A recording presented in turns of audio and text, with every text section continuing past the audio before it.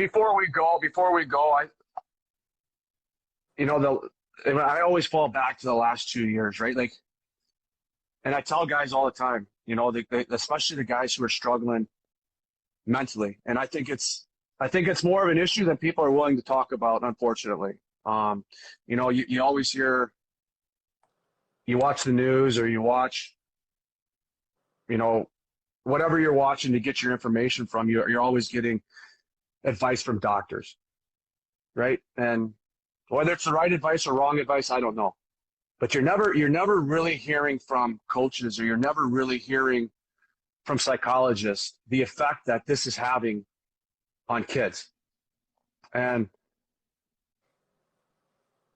I tell Jeannie all the time, you know, I see kids struggling, and that's the hardest part for me to sit back and watch and to accept. And, you know, like, I'm in Illinois, and I don't want to get into politics, but these kids have went to school. Some of these kids are going to school 8 hours a day, and they have masks on, and you know, some of these kids are sitting at home in front of a computer for 8 hours a day, and like, it's hard to watch. And what advice would you give to a kid that is struggling mentally? And I think the advice that I give to most kids is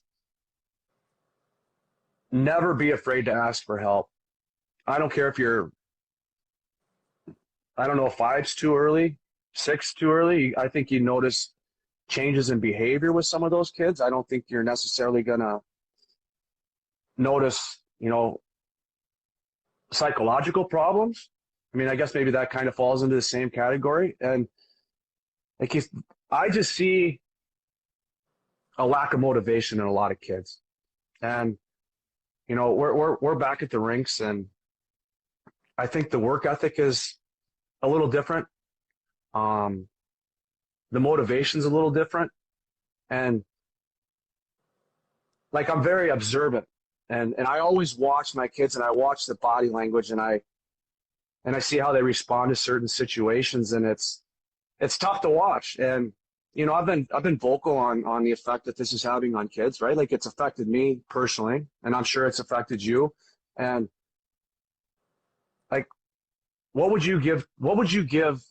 would you give not only to a player or a kid that plays any sports, or any kid in general, but what advice would you give to the parents as well? What are some of the things that, you know, like, again, I know we're not psychologists, but we're very passionate with what we do, and we take a lot of pride in relationships that we have with kids. And, you know, sometimes we notice things that parents aren't going to notice.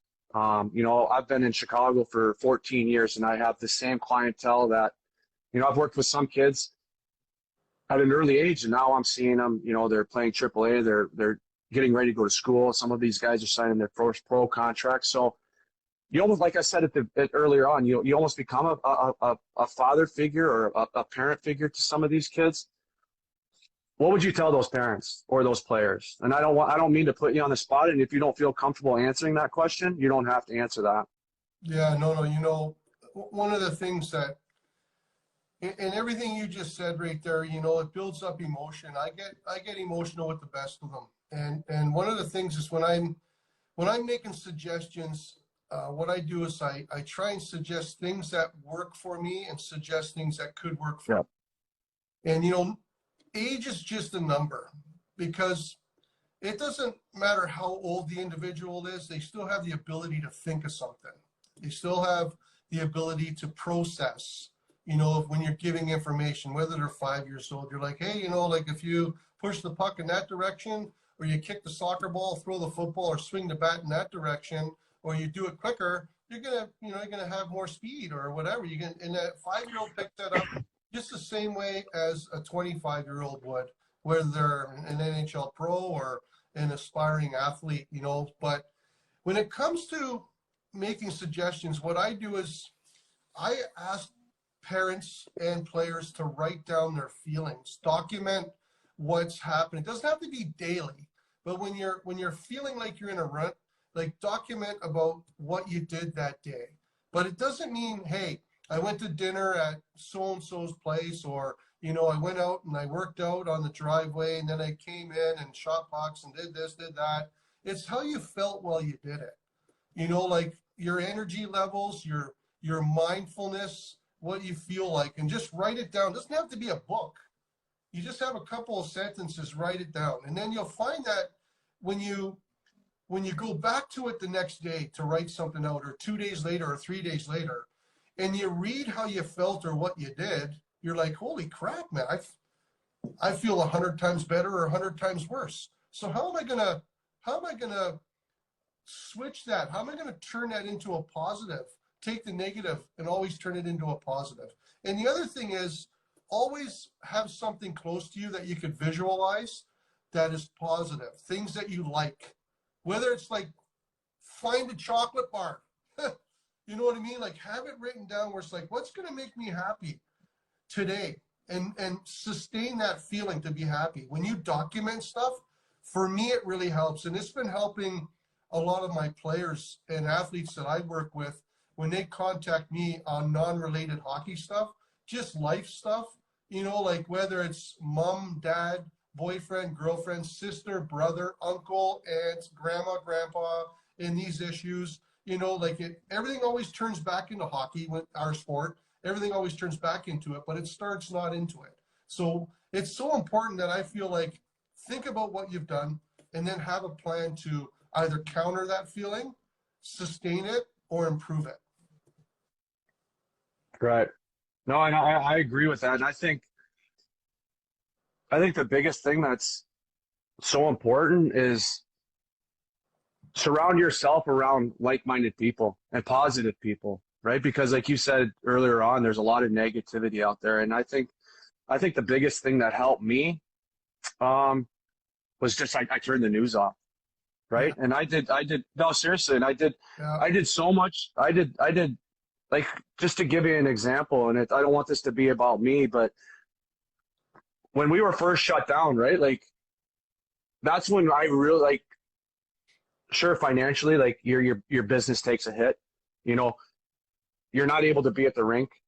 You know, the gyms were closed. So what I had to do is I had to find, I came up with ways to keep my own kids busy, but at the same time, like, we did online training, right? Like we went to the park, and there's a basketball court there, and you saw what we were doing, and you were doing the similar stuff. But I think it's just finding new ways to stay busy, and you have to be creative, right? Like, because the reality of it is that the rink becomes a church for some people, right? And once you, like, no matter what goes on in your life or what goes on in my life, like, if you're having a bad day or whatever the case may be, as soon as you walk through those doors at the rink and you step on that ice, it's like almost everything's lifted off your shoulders. And it's just, and that's why I did a couple of interviews on Fox News early on when this stuff was going on. Keep talking.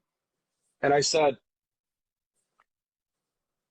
the rinks, you guys need to keep these rinks open for these kids, because that's what they look forward to. And you know, thank God for Schneid's.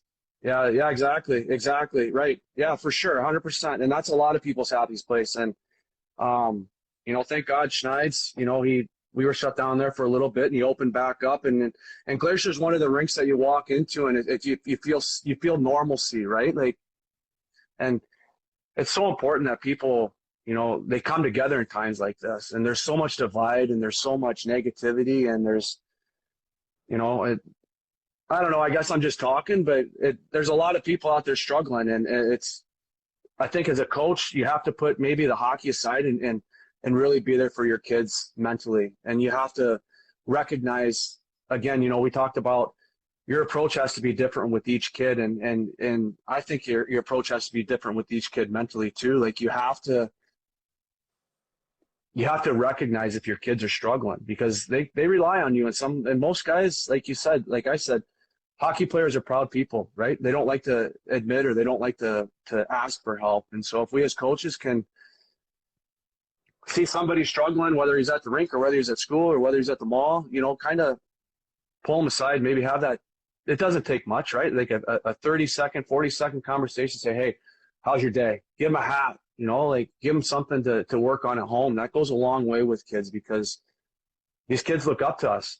and we need to be a voice for them. And, you know, I don't know what your thoughts are on that, Well, I Turkey. know we are. We're voices for everybody out there. And, you know, the coaches that are out there listening, you know, one of the things that you can do is create a Zoom call. Get everyone in on a Yeah. Zoom call, parents Do included. what we're doing. Do what we're doing. Yeah, just get a Zoom going, you know, like, and just have a powwow, you know, like Mm-hmm. they can have snacks and just say, hey, not everybody needs to talk, and you can just have 5 questions. Who's your favorite player? Everyone says, you know, what's your favorite shot? What's your favorite food? Like, what's your favorite TV show? Who's your favorite hockey team? Just get interaction going on. Stuff like that is so. And when you say the key phrase to everything that we're talking about today is ask for help. You'd be surprised. A person that you feel like that you couldn't get any help from or wouldn't have any feedback is probably the best person to ask, because Yeah. everyone's going to help nowadays. And if someone doesn't help you, then you know where you stand. I met Nelly, I don't know how many years ago, and we've just been connected from afar but close. And here we are doing things, and it's just important to know that we're here for you, for everybody out there that's listening to this. Just reach out, man, because during these times, I mean, I'm gonna go on record. Like, go to my website, timturkhockey.com. There's a bunch of stuff there that I have on front there. The top 10 ways to help improve your shot, just things you can do at home, and then I have another website with all these training videos in it called hockeyskillstraining.com. If you go on there and you sign up or whatever, and you put Turk 20 in there, you can get some discounts and stuff. I'm not trying to sell, but this is stuff that's going to help you. I've never been a salesman. You know, it's important. Or just DM me a message with any questions you have, and I'm here to help. And Nelly's the same way. For sure. And, you know, before we go, I'm going to tell guys, like, if you can stay motivated and through these times, and you can you can maintain that work ethic, and you can be disciplined, and you can do the training on your own, and I think you can get through anything, right? And just keep moving forward. And I just shared a quote that Alexander Ovechkin said. It was something along the, I live in the day, or I don't look for the future. And I think that's been something that's helped me too, is just one day at a time, and you just keep moving forward, right? And never look back. And if you get through these times, the future's bright for you. 100%, day by day, and know we're here to support you, and everyone else around that you'll think will definitely support you for sure.